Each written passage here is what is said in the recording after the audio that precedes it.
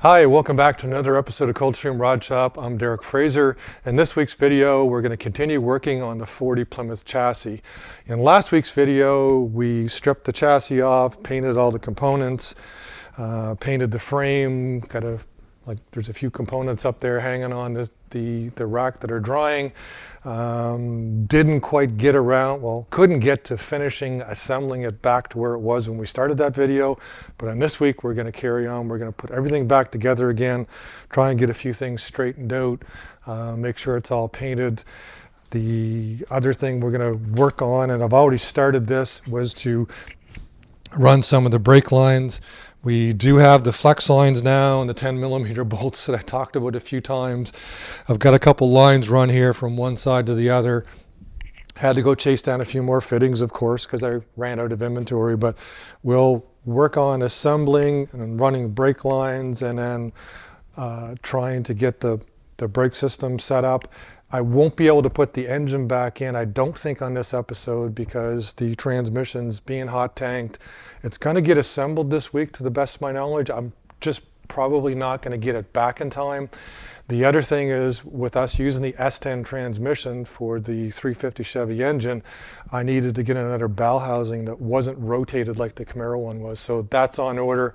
Probably won't get in till the middle or end of next week. So again, I guess the furthest we can go with this project is basically get it all assembled, hopefully get everything back on, get the brake lines on, and all set up, but probably not get the engine back in.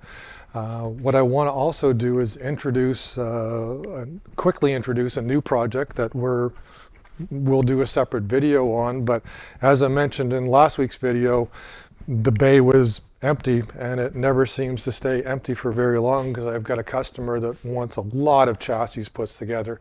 So in this particular case, it's a 35 to 40 passenger car frame or a 35 to 41 pickup frame. In this particular case, I think the customer is going to be building a 35 Ford pickup. He's chosen to put an 8-inch Ford rear end into it with parallel leaf springs.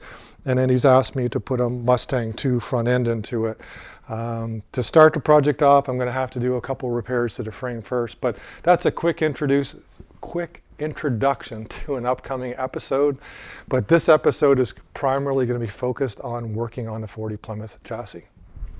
It's about 2 hours later after we did the introduction to this video.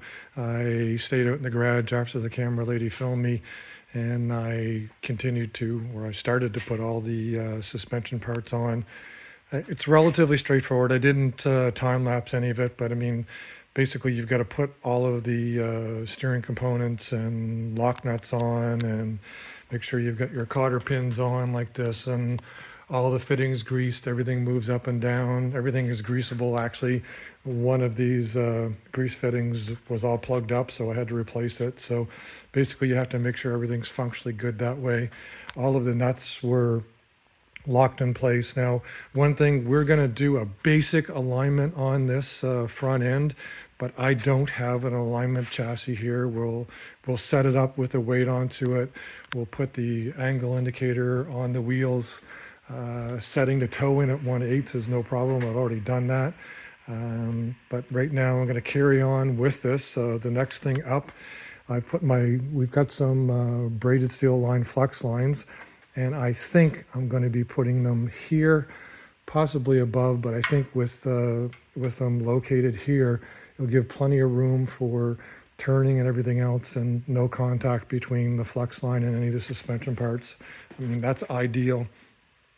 With a braided line, I mean, it's going to be good anyways, but just the same, I think I'm going to be locating them here. So I'll put those on, then we'll put the front wheels on, and we'll lower her back down to the ground and then start working on the brake lines. So continue to work on the brake lines. I have the brackets there for the braided steel flex lines in place right now, starting to run some of the brake lines. Ran out of brake line fittings and some tubing, of course, on the weekend here, but I guess that's normal. You try and predict how much you're going to use, but never quite get it sometimes. So we're running the lines through the back or through the front here, moving out to where the master cylinder is going to be located. In the back, I've got them all aligned and the lines all run and all bracketed up and stuff. I've got little rubber insulators like that so that the brake lines don't touch anything. I've got those up underneath the back cross member. We have the proportioning valve in place, and we're just gonna have to wait, I guess, until I can go get some more inverted flare fittings and some more brake line. Got the master cylinder over here on the bench. Probably what I'll do this afternoon is I'll probably bleed that, make sure there's no air into it, and mount that on the chassis.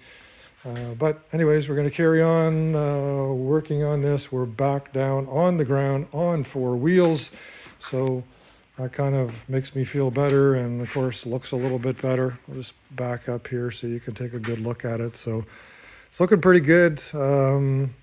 Like I said, carry on with the brake lines, and then hopefully we'll get that transmission soon. And once we have the transmission, we'll hook the transmission up to the engine and get that back in there and work on exhaust. But that's probably going to be on a future episode. So anyways, follow along here as we make more progress on the 40 Plymouth.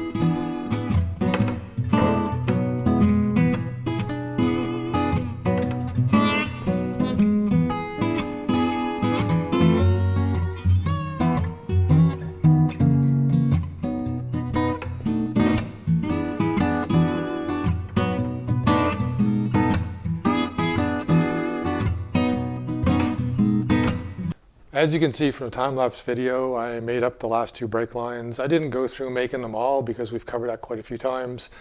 The one thing, like we've mentioned before, is that when I make the brake lines and I do the double flare ends, I use the Eastwood flaring tool.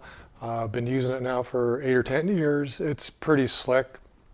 There are other ways of making a double flares, but I find this thing is just so simple to use. Basically put the line in, rotate op 0, level it up, op number 1, you put the bubble onto it, op number 2, you make the double flare. Unfortunately though, when you watch me do the video, I had to make this one twice because I made it just a little bit too long and I wasn't able to cut it off. So anyways, that's part about making the brake lines. We've got them all done now on the 40 Plymouth chassis. Everything is all made. I got the gas tank back in here. As I'd mentioned before, we get feedback from you folks on YouTube as well as the customer that we wanted to paint it. So basically clean the gas tank up with lacquer thinner and solvents and get all the grease off of it and everything. We put a couple coats of galvanized primer onto it and then 2 coats of black paint on top of that. The other thing I did for these straps, I just went on Amazon and I bought this 1-inch wide, 1/8 thick sticky neoprene rubber. So put a layer across the top here, a layer across the bottom. So it's insulated in there. It's in nice and tight. It's not going to move. Customer supplied me also with the fuel level sending unit. One thing to mention is that some of them only have 1 wire going to it, and if they do, they only have 1 wire. You're going to make sure that you ground the tank, otherwise it won't work. In this particular case, this sending unit has 2 wires, one that'll actually go to a ground, one that's going to go to the fuel sending unit. So I just have to get a couple more 1032 screws to hold that in place, and that's done. On the rear end, also one thing we got to finish up here is we got to have a vent tube. So I'll get a little like a little vent to put on top of that and attach it to the frame. The 2 emergency brake cables are kind of dummied in here right now. The second emergency brake cable just came in this morning, so what I'm going to do probably in a future episode is I'll make a bracket that they'll feed into, that then we can run a line up to an emergency brake handle in the car. I'm not sure if he's going to have one on the floor or one up underneath the dash. I have to speak to him about it, but nevertheless, what we'll do is we'll make a bracket so they come to a common point that we can then run a single line up to that emergency brake cable. At this stage with the brake system, we're at the point where I have to, a couple of these pieces here, I just have to tighten up. But before I do that, I get a bench bleed the master cylinder. I've made the mistake before of putting a master cylinder in without bench bleeding it and getting the air out. And quite simply, you're just going to be bleeding forever through the lines if you don't pre-bleed the master cylinder and get the air out. There's quite a bit of air that can get trapped in there. So same system for the brake lines as what we did before. Because we're running disc brakes front and back, there's actually a 2-pound residual valve on either side here. We have a proportioning valve and then the brake switch is here.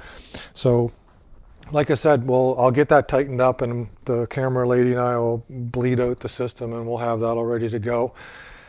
Next up on this frame though is to put the engine and transmission back in. So we went out this week and we picked up the transmission cases from the engine builder. He hot tanked them and we sent them off to the transmission guy. He's got all of his parts, he's going to finish it.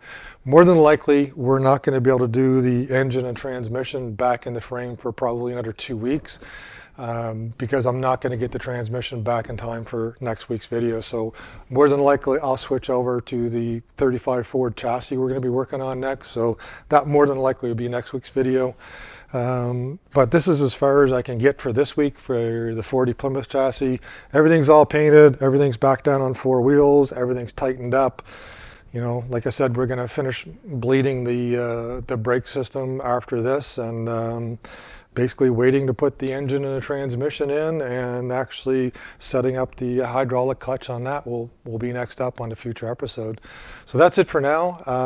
Hopefully you enjoyed. Please like, share, tag, and subscribe. Send me your comments, and I hope to see you next week. Everybody take care and have a great weekend.